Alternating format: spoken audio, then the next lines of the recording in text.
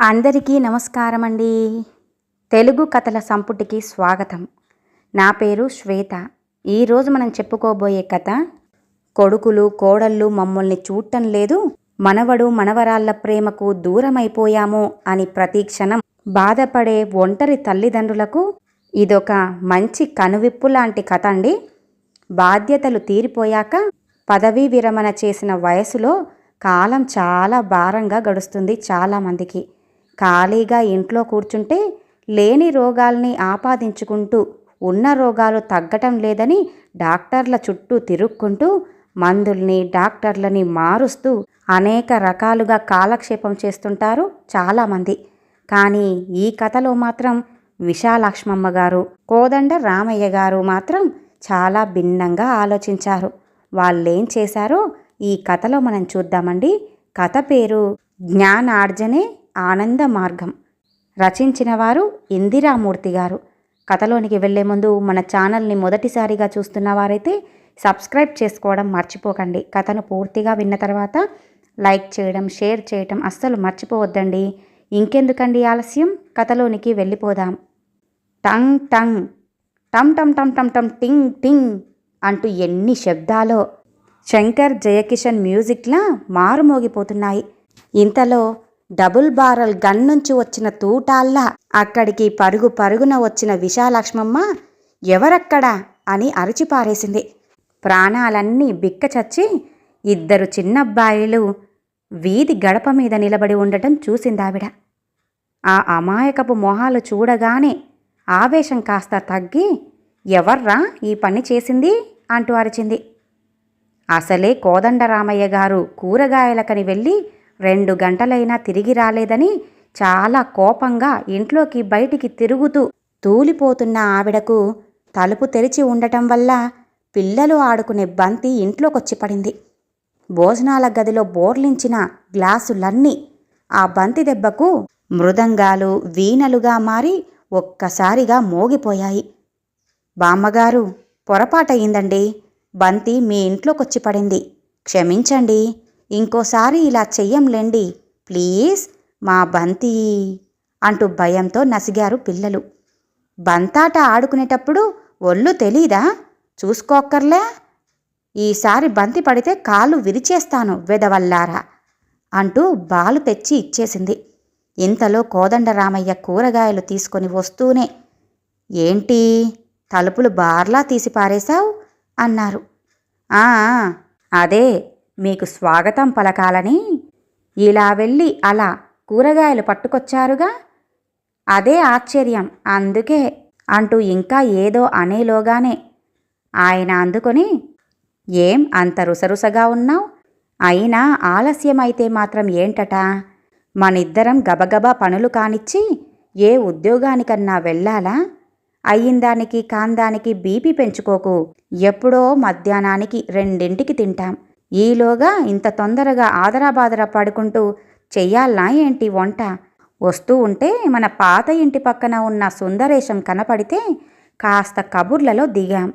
దానికే ఇంత దుమదుమలా?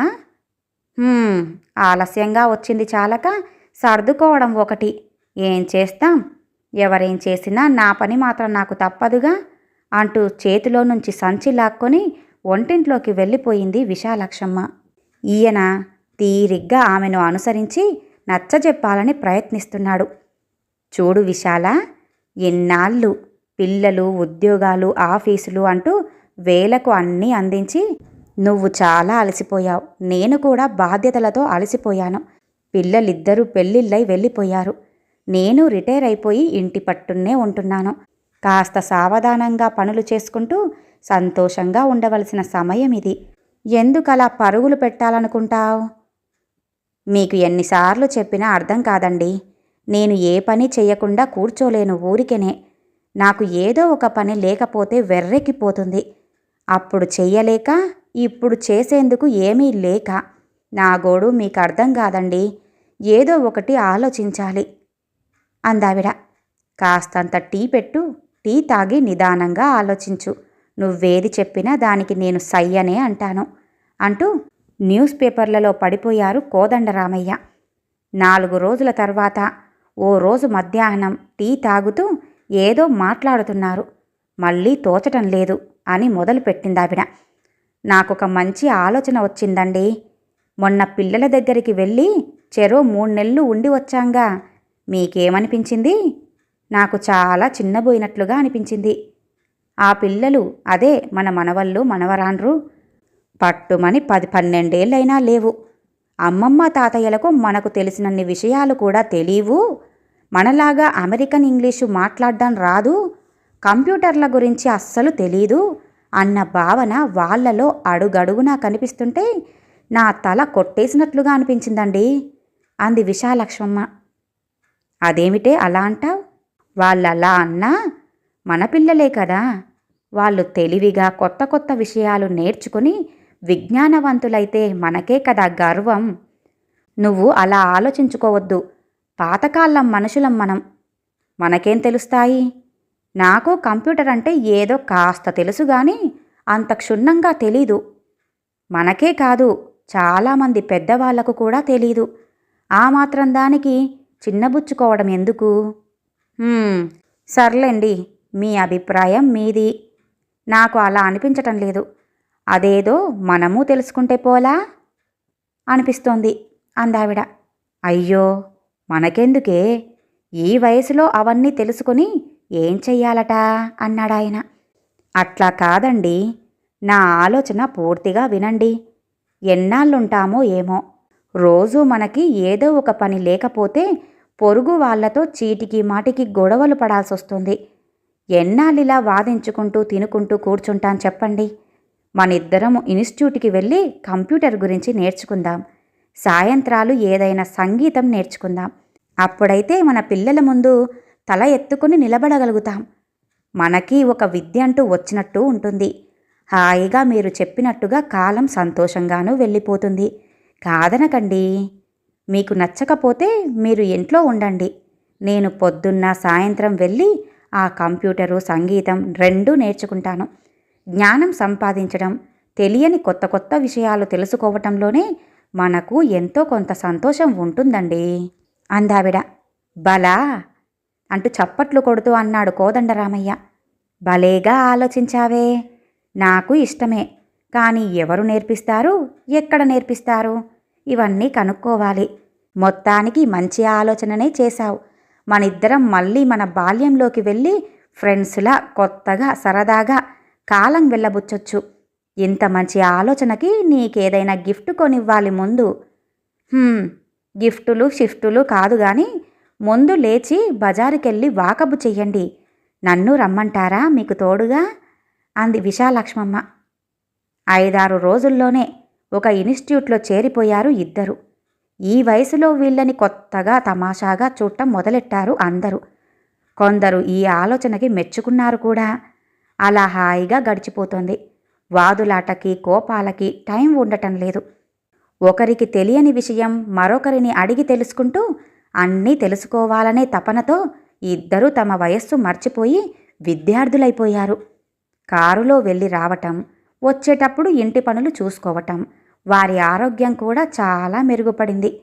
ఏ పని లేకుండా కూర్చొని ఉంటే పెద్దవాళ్లమైపోయామనే భయం, ఇంట్లో కూర్చొని లేని జబ్బులు ఊహించుకోవటం, పిల్లలు దూరంగా ఉన్నారు, ఏ క్షణంలో ఏమైపోతుందోనన్న ఆలోచన వృద్ధులను మరి కాస్త కుంగదీస్తుంది. మోకాళ్ల నొప్పుల మందులు వేసుకుంటున్నావా అని అడిగిన విశాలక్ష్మమ్మగారు ఎంతో నిర్లక్ష్యంగా ఏమో వేసుకున్నానో లేదో అనే స్థాయికొచ్చేసింది. అంతకుముందు మందులు మింగుతున్నా నొప్పులు తగ్గలేదని మందులను డాక్టర్లను మార్చి మార్చి తిడుతుండేది.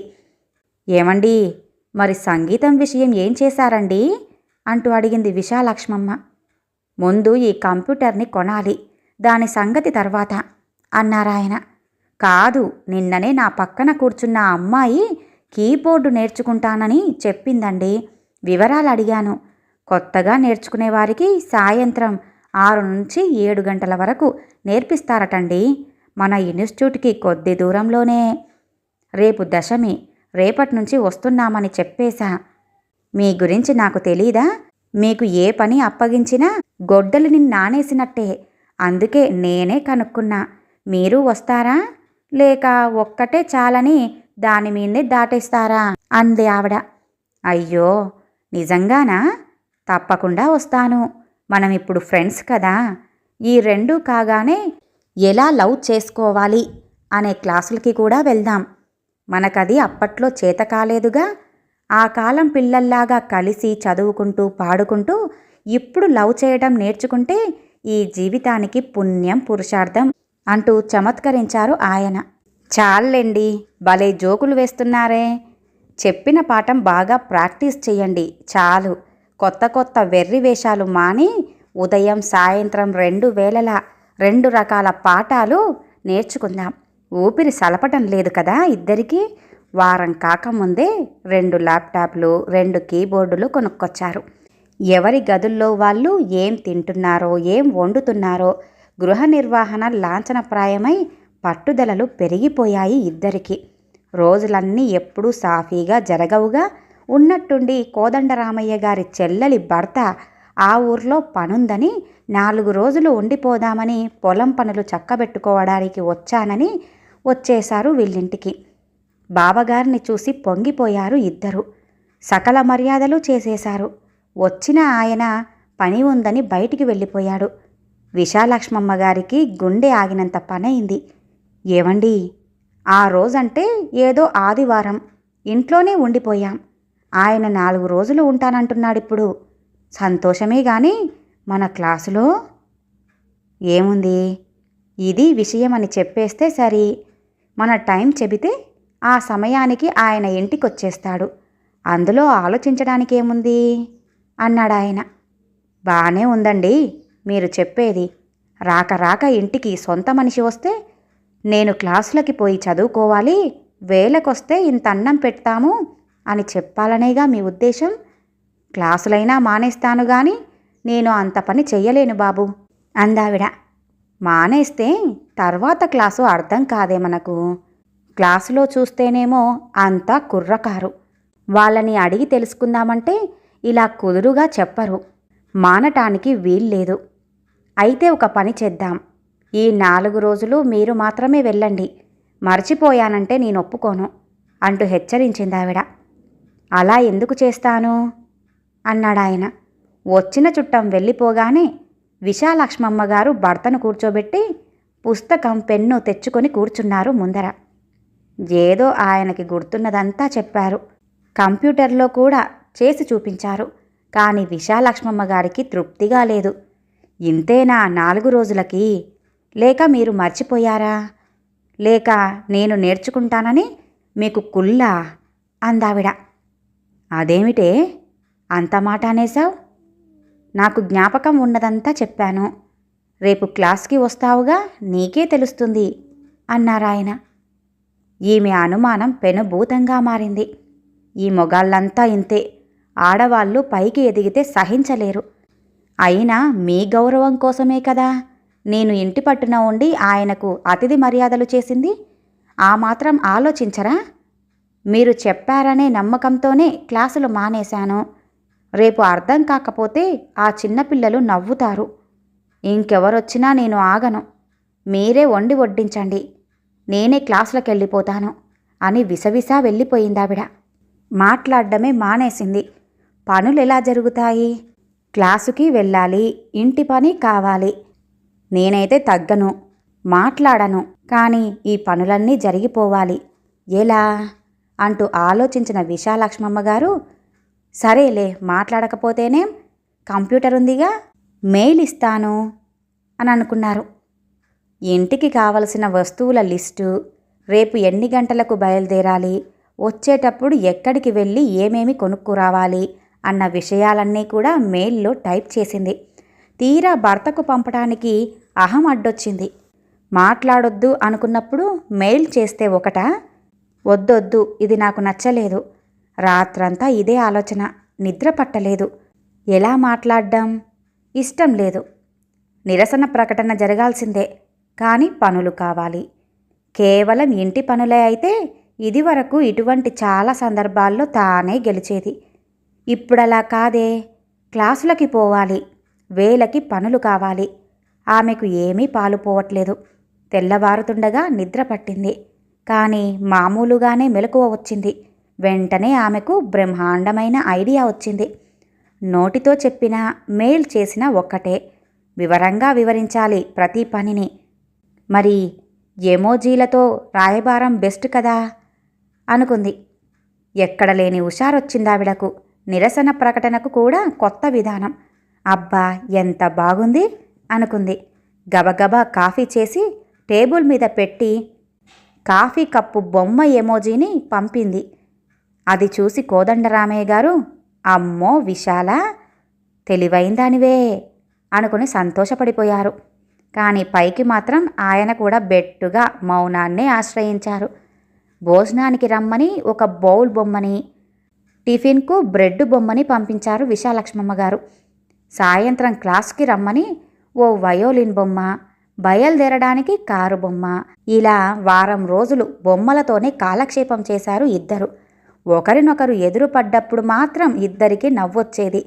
కానీ ఎవ్వరూ తగ్గదలుచుకోలేదు. ఇప్పటి వరకు ఎప్పుడూ ఆవిడే తగ్గాలి.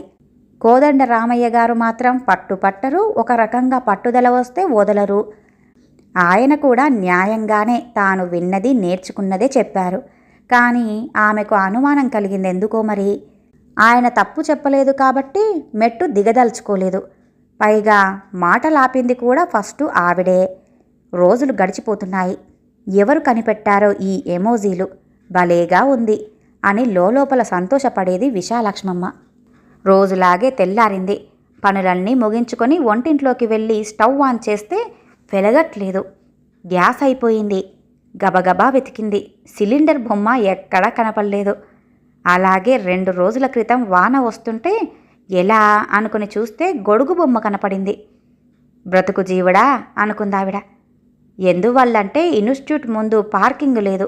కార్ పార్కు చేసుకొని కొంత దూరం నడిచి వెళ్ళాలి. గొడుగు వెతికితే కనపడలేదు. ఆయన ఎక్కడో దాచి ఉంటారని కారు బొమ్మతో పాటు గొడుగు బొమ్మ కూడా పంపింది. కానీ ఇప్పుడో గ్యాస్ కావాలని చెప్పాలంటే ఏ ఆధారమూ లేదు. మంట అని పంపితే అర్థం కాదేమో మనిషికి. గ్యాస్ ఆయనే తేవాలి, ఆయన్నే బిగించాలి. ఆ పని తన వల్ల కాదు. ఎన్ని బొమ్మలు వేశాడు. సిలిండర్ బొమ్మ వేయాలని తెలీదా? అయినా ఎవరు చేశారో ఇవి? మగవాడే అయ్యుంటాడు. వాడి బుర్రకి సిలిండర్ ఎందుకు గుర్తుంటుంది? భోజనం చేసేంతవరకే వాళ్ళ సంగతి. వంట కష్టాలు వాళ్ళకేం తెలుస్తాయి? గాబరా పడుతూ పెద్దగానే అనేస్తోంది ఆవిడ. ఇంకా కాఫీ గాని కాఫీ బొమ్మ గాని రాలేదే అని తొంగి చూసిన కోదండరామయ్యకు పరిస్థితి అర్థమైపోయింది. వెంటనే పరిగెత్తుకుంటూ వెళ్ళి వీధి వసారాలో పేపర్ చదువుకుంటూ కూర్చున్నాడు. ఈవిడ 100 సార్లు వెతికింది. సెల్ ఫోన్లో గాని కంప్యూటర్లో గాని మొగజాతిని విసుక్కుంటూనే అంతా వెతికింది. వేళ మించిపోతుంది. టిఫిన్ వంట ముగించి క్లాస్కెళ్ళాలి. ఆ సిలిండర్ బండ కింది నుంచి తేవటం బిగించటం ఏనాడు అలవాటు లేని పని.